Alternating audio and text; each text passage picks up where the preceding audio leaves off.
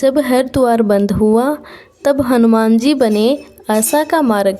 जय श्री राम दोस्तों, आज की कहानी एक ऐसी घटना है जो जीवन की कड़वी सच्चाइयों, इंसानी संघर्ष और उस दृश्य शक्ति के एहसास पर आधारित है जिसे हम हनुमान जी कहते हैं। ये कहानी कोई जादुई लोक की कथा नहीं है, बल्कि आज के दौर की एक आम इंसान के साथ घटी ऐसी घटना है जो तरक्की की सारी सीमाओं को तोड़ देती है। इसे अंत तक ज़रूर सुनिएगा, ये आपके भीतर विश्वास की एक नई लौ जला देगी। मुंबई की उमस भरी गर्मी और ट्रैफिक के शोर के बीच लीलावती अस्पताल के आईसीयू के बाहर खड़ा 34 वर्षीय आर्यमन अपनी ज़िंदगी के सबसे बुरे दौर से गुजर रहा था। कांच की दीवार के उस पार उसका 6 साल का बेटा अंश वेंटिलेटर पर था। डॉक्टरों ने उसे एक्यूट लीवर फेलियर बताया था। 48 घंटे डॉक्टरों ने बस इतना ही वक्त दिया था। अगर 48 घंटों में लीवर डोनर नहीं मिला तो ट्रांसप्लांट नहीं हुआ तो अंश का बचना नामुमकिन था। आर्यमन एक सेल्फ मेड बिजनेसमैन था। उसने अपनी ज़िंदगी में हर चीज़ लड़कर हासिल की थी। वह भगवान को तो मानता था, लेकिन उसका मानना था कि भगवान उसी की मदद करते हैं जो अपनी मदद खुद करता है। लेकिन आज उसका पैसा, उसका रुतबा और उसकी पहचान सब धरे के धरे रह गए थे। उसकी पत्नी स्नेहा मंदिर के कोने में बैठी लगातार हनुमान चालीसा का पाठ कर रही थी। स्नेहा की भक्ति अटूट थी। आर्यमन को कभी कभी इस पर खिंच होती थी। उसे लगता था कि मंत्र पढ़ने से मेडिकल रिपोर्ट नहीं बदलती।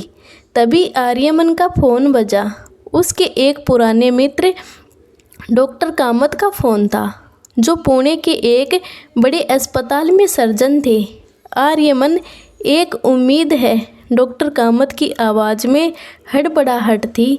नासिक के पास त्र्यंबकेश्वर के एक छोटे से गांव में एक एक्सीडेंट केस आया है।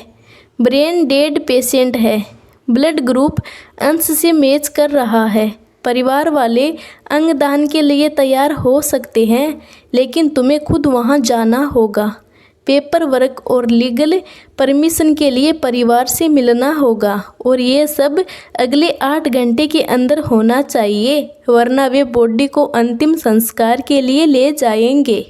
8 घंटे मुंबई से नासिक का रास्ता वैसे तो 4-5 घंटे का है, लेकिन ये जुलाई का महीना था। भारी बारिश में मुंबई और नासिक के बीच के रास्तों को नरक बना रखा था। मौसम विभाग ने रेड अलर्ट जारी किया था। आर्यमन ने फ़ोन काटा और मन में कहा, मैं जाऊंगा। स्नेहा उसके पास दौड़ी आई। क्या हुआ? आर्यमन ने कहा, एक डोनर मिल सकता है, मुझे नासिक जाना होगा।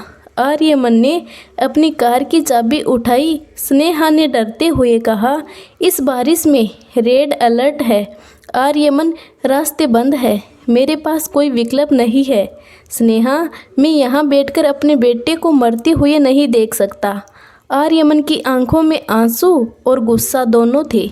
जाते जाते स्नेहा ने अपने पर्स से हनुमान जी का एक छोटा सा लॉकेट निकाला और आर्यमन की हथेली पर रख दिया। इसे रख लो, वह रक्षा करेंगे। आर्यमन ने बहस करने का वक्त नहीं समझा। उसने लॉकेट को जेब में डाला और पार्किंग की तरफ दौड़ पड़ा।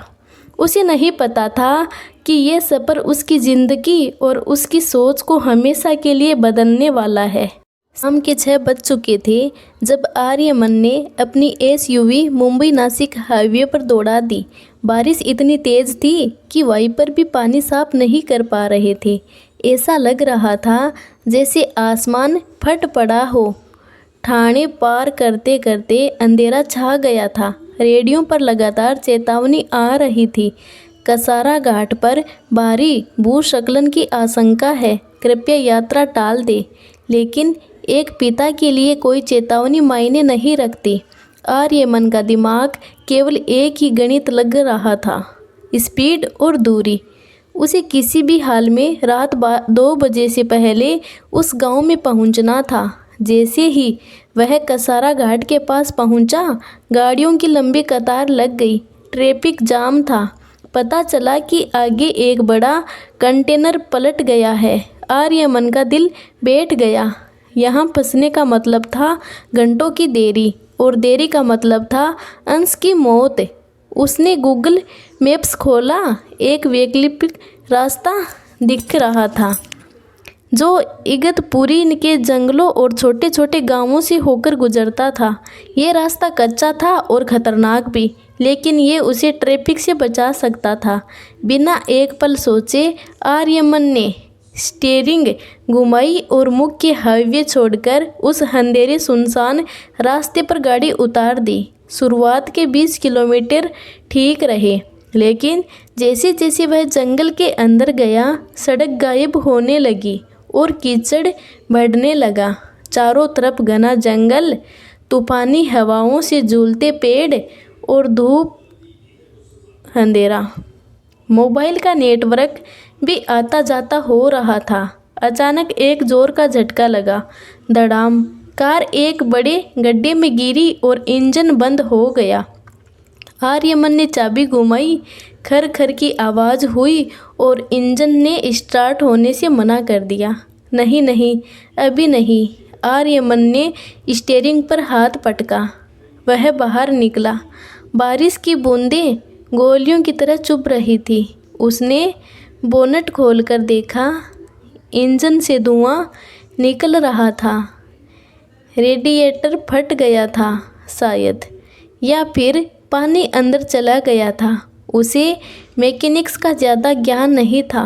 उसने फ़ोन चेक किया, नो सर्विस। घड़ी देखी, रात के 9 बज रहे थे। वह जंगल के बीचों बीच फंसा था। ना आगे जाने का रास्ता, ना पीछे जाने का। दूर दूर तक कोई रोशनी नहीं थी, केवल बारिश का शोर और जंगल जानवरों का डर।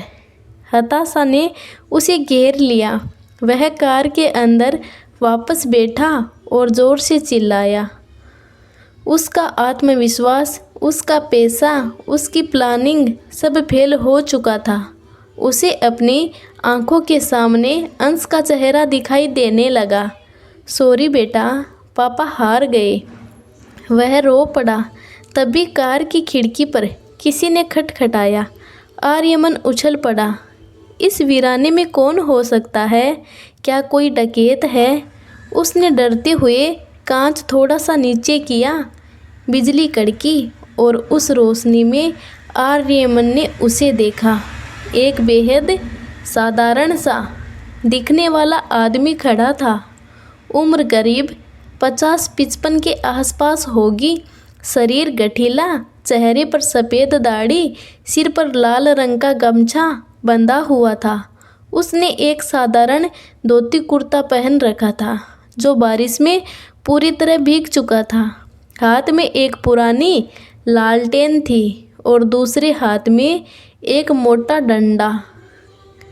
गाड़ी खराब हो गई है क्या साहब? उस आदमी की आवाज़ में एक अजीब सी खनक थी। इतनी तेज़ बारिश के शोर में भी उसकी आवाज़ साफ सुनाई दे रही थी। आर्यमन ने हिचकिचाते हुए कहा, हाँ, इंजन स्टार्ट नहीं हो रहा। आदमी ने कहा, बोनट खोलो, देखते हैं। आर्यमन ने शंका से पूछा, आपको काम आता है? ये एक ऑडी है, कोई जीप नहीं। आदमी हंसा। उसकी हंसी बादलों की गड़गड़ाहट से भारी थी। साहब, लोहा तो लोहा होता है, चाहे जर्मन हो या देसी। बीमारी पकड़ में आनी चाहिए। ना जाने क्यों आर्यमन को उस आदमी की बातों में एक भरोसा दिखाई दिया। उसने बोनट खोला। वह आदमी लालटेन लेकर झुका। उसने कुछ तारों को हिलाया, कुछ ठोक पीट की। वह ऐसे काम कर रहा था जैसे उसे इस मशीन की नस नस पता हो। आदमी ने कहा, पानी घुस गया है स्पार्क प्लग में और बैटरी का एक वायर लूज है। उसने अपनी धोती के कोने से एक सूखा कपड़ा निकाला। हैरानी की बात थी कि इतनी बारिश में भी उसका वह कपड़ा सूखा कैसे था। उसने पलक साफ किए, फिर अपने डंडे के एक सिरे से कुछ ठोककर तार जोड़ा। फिर उसने कहा, राम का नाम लेकर अब स्टार्ट करो। आर्यमन ड्राइवर सीट पर बैठा। उसे रत्ती भर भी उम्मीद नहीं थी। उसने चाबी घुमाई, ब्रूम, इंजन एक ही बार में स्टार्ट हो गया। आर्यमन हैरान रह गया। ये कैसे संभव था? जिस खराबी को वह इतनी देर से देख रहा था वह 2 मिनट में ठीक हो गई। शुक्रिया भाई, अरे मन में चिल्लाकर कहा। मैं आपको कैसे धन्यवाद दूं? आपको पैसे चाहिए? आदमी खिड़की के पास आया। पैसे नहीं चाहिए साहब, बस लिफ्ट दे दो। आगे रामपुर तराहे तक जाना है। आर्यमन ने दरवाज़ा खोल दिया। बेशक बैठिए। जैसे ही वह आदमी अगली सीट पर बैठा, कार के अंदर का माहौल बदल गया। बाहर तूफान था, लेकिन कार के अंदर एक अजीब सी शांति छा गई। गीले कपड़ों के बावजूद उस आदमी के शरीर से बारिश की बास नहीं, बल्कि गीली मिट्टी और तुलसी की खुशबू आ रही थी। आर्यमन ने अपना परिचय दिया। मेरा नाम आर्यमन है। उस आदमी ने मुस्कुराते हुए कहा। लोग मुझे मारुति कहते हैं। गाड़ी आगे बढ़ी। आर्यमन अब भी तनाव में थे। उसे घड़ी देखी, 10 बज चुके थे। आर्यमन ने कहा, मुझे बहुत जल्दी है। मेरे बेटे की जान खतरे में है। मुझे त्र्यंबकेश्वर पहुंचना है। मारुति ने बहुत सहज भाव से कहा, चिंता मत करो, पहुंच जाओगे। जिसे जाना नहीं है उसे कोई भेज नहीं सकता।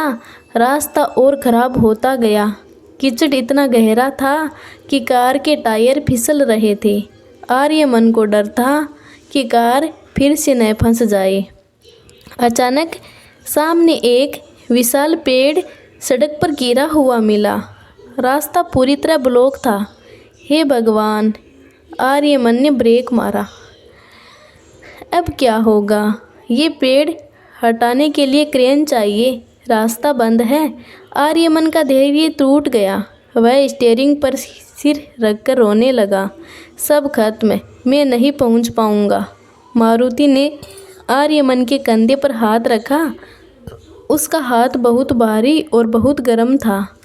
उससे स्पर्श में एक करंट सा था जिसने आर्यमन के डिप्रेशन को एक पल के लिए शांत कर दिया। साहब, रास्ता कभी बंद नहीं होता, बस नज़र बदलनी पड़ती है।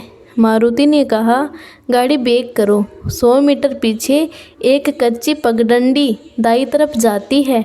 आर्यमन ने झुंझलाते हुए कहा, मैंने देखा था। वहाँ कोई रास्ता नहीं था, सिर्फ झाड़ियाँ थी।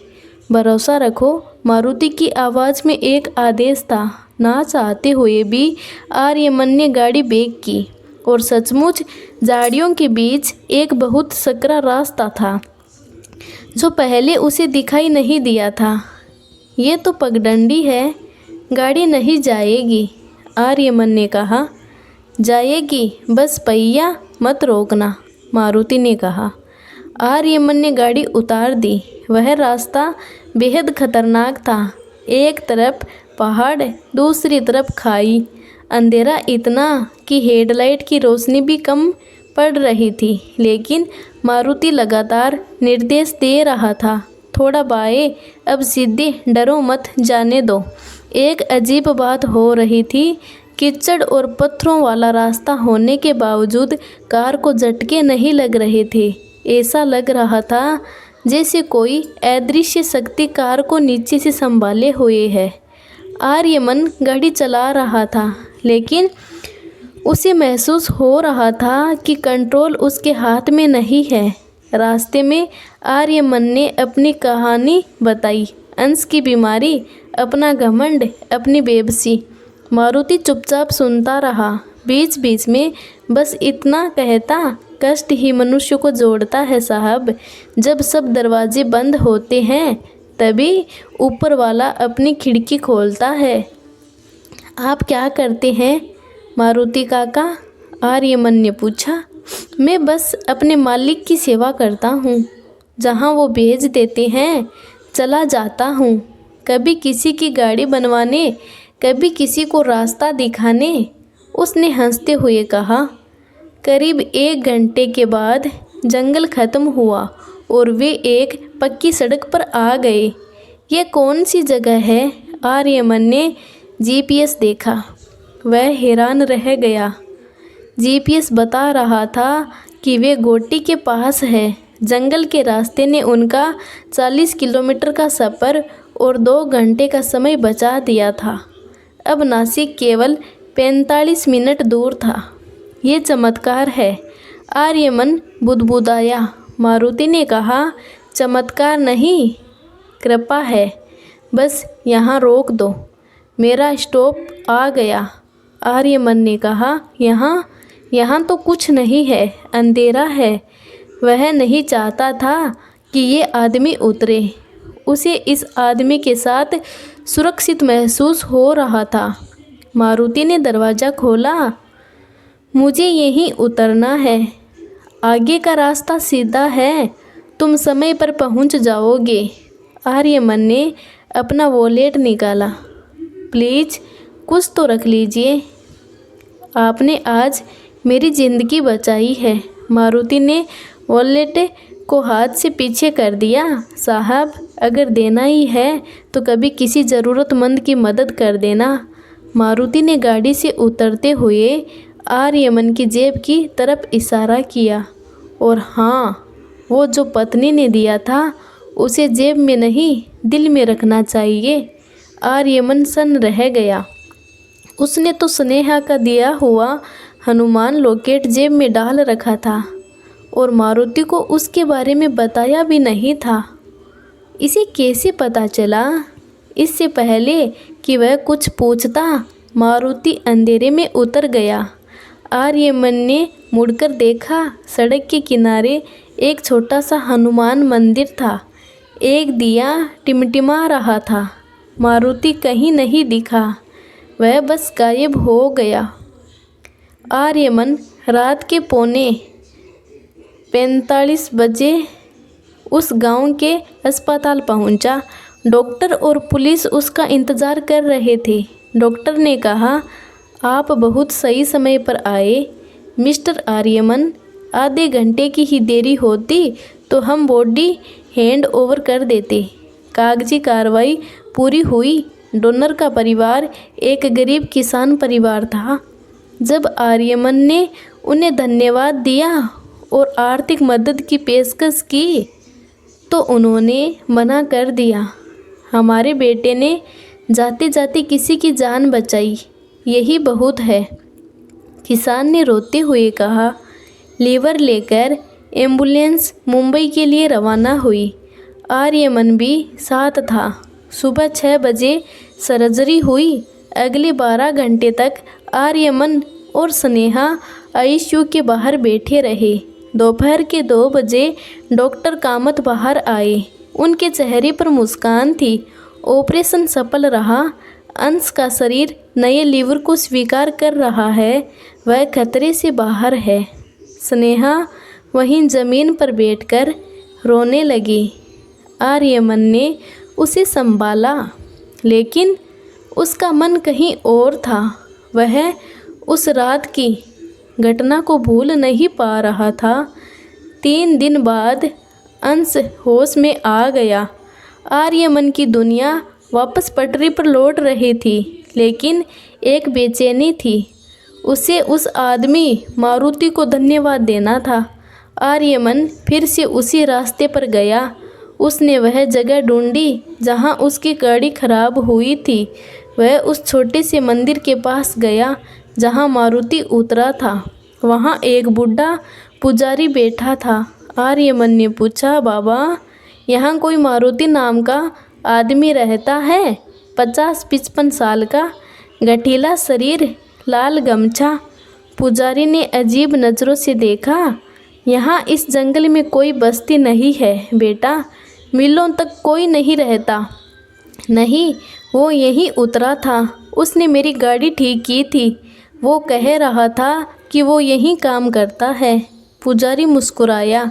उसने मंदिर के अंदर इशारा किया। बेटा, यहाँ सिर्फ एक ही मारुति का वास है, अंदर जाकर देख लो। आर्यमन अंदर गया। ये एक बेहद प्राचीन हनुमान मंदिर था।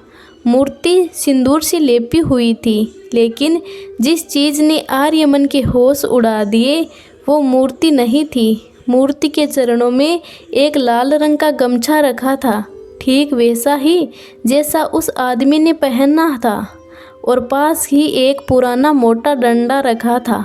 पुजारी जी पीछे आकर खड़े हो गए। ये गमछा और लाठी यहाँ सालों से रखी है। कहते हैं ये स्वयं हनुमान जी की थी। तुम जिस हुलिये की बात कर रहे हो, 30 साल पहले एक ट्रक ड्राइवर ने भी बिल्कुल यही हुलिया बताया था जब उसकी जान बची थी। आर्यमन के पैरों तले जमीन खिसक गई।